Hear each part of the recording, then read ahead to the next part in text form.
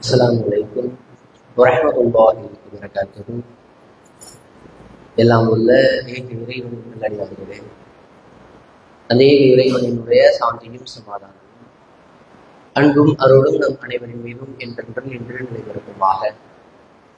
தினந்தோறும் ஃபஜர் தொழுகை முடிவதற்கு பின்பாக திருமறை குர்ஆனின் வசனங்களையும் அந்த வசனங்களுக்கான விளக்கங்களையும் நாம் தொடர்ச்சியாக அறிந்து கொண்டிருக்கிறோம்.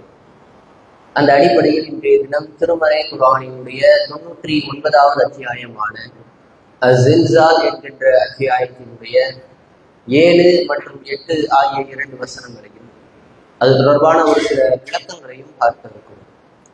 இதில் இறைவன் குறிப்பிடுகிறான், وَمَن يَعْمَلْ مِثْقَالَ ذَرَّةٍ خَيْرًا يَرَهُ وَمَن يَعْمَلْ مِثْقَالَ ذَرَّةٍ شَرًّا يَرَهُ. இந்த வசனங்களுக்கான அர்த்தம் என்னவென்றால், யார் ஒருவர் அணு அளவிற்கு நன்மை செய்கிறாரோ அவர் அதை கட்டாயம் பார்த்துக் கொள்வார். மறுமை நாளின் போது இறைவன் எந்த ஒரு நன்மையையும் தவற விட்டு விட மாட்டான். நம்ம செய்திருக்கக்கூடிய எல்லா நன்மைகளையும் கொண்டு வருவான். அந்த நன்மை எப்படி இருந்தால், ஒரு அணு அளவிற்கு இருந்தால் கூட, இன்றைக்கு உலக நடைமுறையில அணு என்பதை நம்மால் கண்ணால கூட பார்க்க முடியாது. அந்த அளவிற்கு நீங்கள் ஒரு சிறிய நன்மையை செய்திருந்தால் கூட அதையும் இறைவன் கொண்டு வருவான். அதை தொடர்ந்து இறைவன் பேசுகிறான், அதே போன்று நீங்கள் அணு அளவிற்கு தீமையை நீங்கள் செய்திருந்தாலும் அதையும் இறைவன் கொண்டு வருவான் என்று இறைவன் சொல்லி காட்டுகிறான்.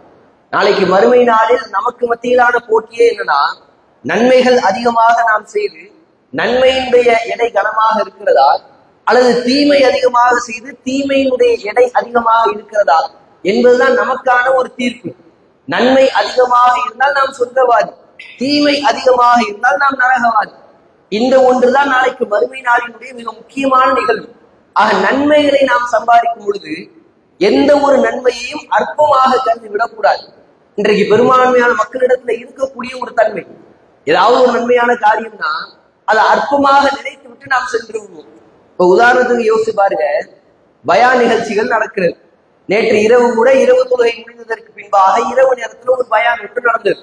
அதிகபட்சமாக ஒரு 10 to 15 நிமிஷம் பயான். இதை தாண்டி அந்த பயானினுடைய நேரம் இருக்காது. அதே போன்று ஃபஜர் முடிச்சோன டெய்லியும் சரி ஒரு 10 நிமிடத்திற்குள்ளாக 5 to 10 நிமிடம் இந்த திருமறை குர்ஆனினுடைய வசனங்களுக்கான விளக்கம் என்று ஒரு 10 நிமிடத்திற்கு மிகாமல் ஒரு பயான் நடக்கிறது.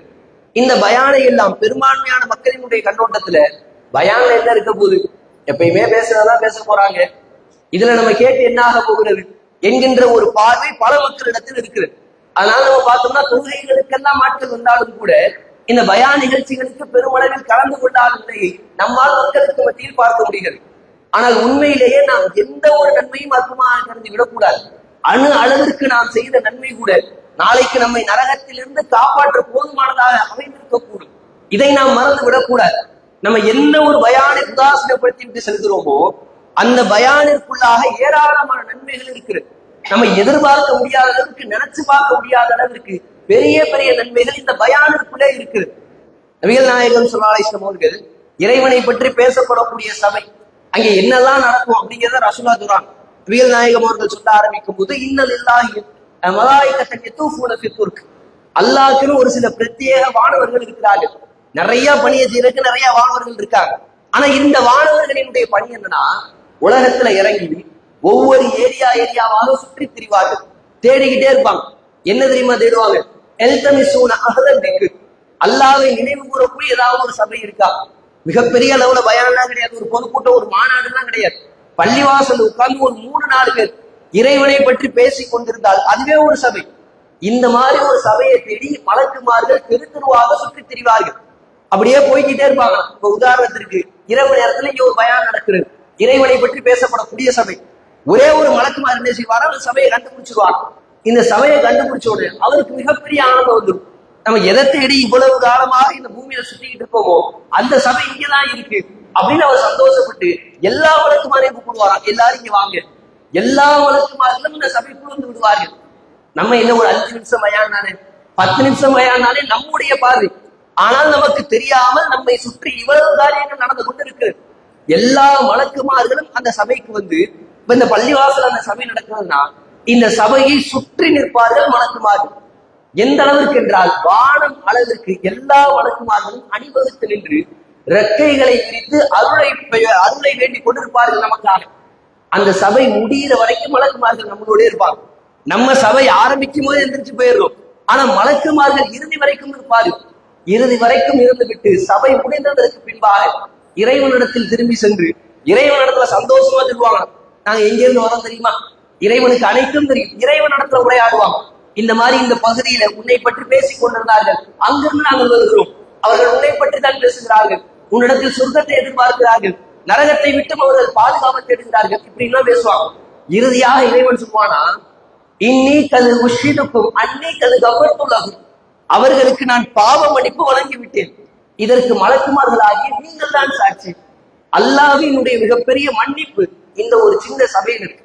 எதை நம்ம அலட்சிப்படுத்துகிறோமோ அந்த சபையில் இறைவனினுடைய மன்னிப்பு இருக்கு.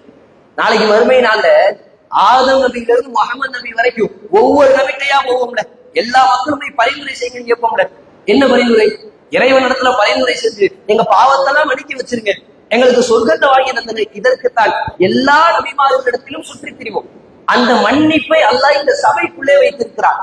இறுதியாக ஒரே ஒரு செய்தி, நபிகள் நாயகம் ஸல்லல்லாஹு அலைஹி வஸல்லம் அவர்கள் போதனை செய்து கொண்டிருக்கிறார்கள். அப்போது ஒரு 3 நபர்கள் வருகிறார்கள். 3 நபர்கள்ல முதலாவது நபர் என்ன செய்கிறார்னா, ஆர்வப்பட்டு அந்த போதனையை கேட்பதற்கு முன் வரிசையில வந்து அமருகிறார்.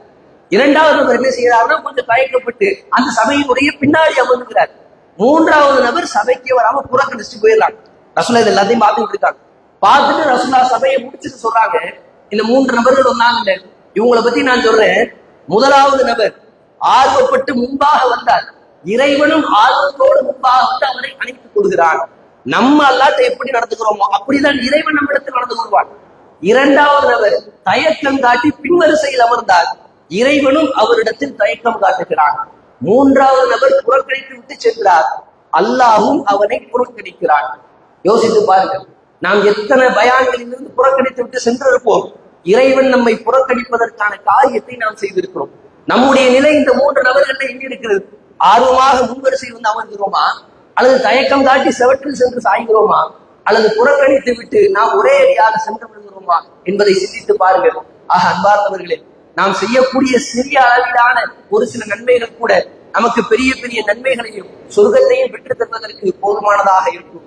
ஆக இனி வரக்கூடிய காலகட்டங்களில் நம்மால் முடிந்த அளவிற்கு எல்லா வகையான நன்மைகளையும் ஒன்றையும் விட்டு விடாமல் அனைத்தையும் செய்து மிகப்பெரிய நன்மைகளுக்குரியவர்களாக மாறுவதற்கான ஒரு பாக்கியத்தை ரஹ்மான் நம் அனைவருக்கும் தந்து புரிய வேண்டும் என்று பிரார்த்தித்தவனாக நிறைவு செய்கிறேன். அஸ்ஸலாமு அலைக்கும் வரஹ்மத்துல்லாஹி வபரகாத்துஹு.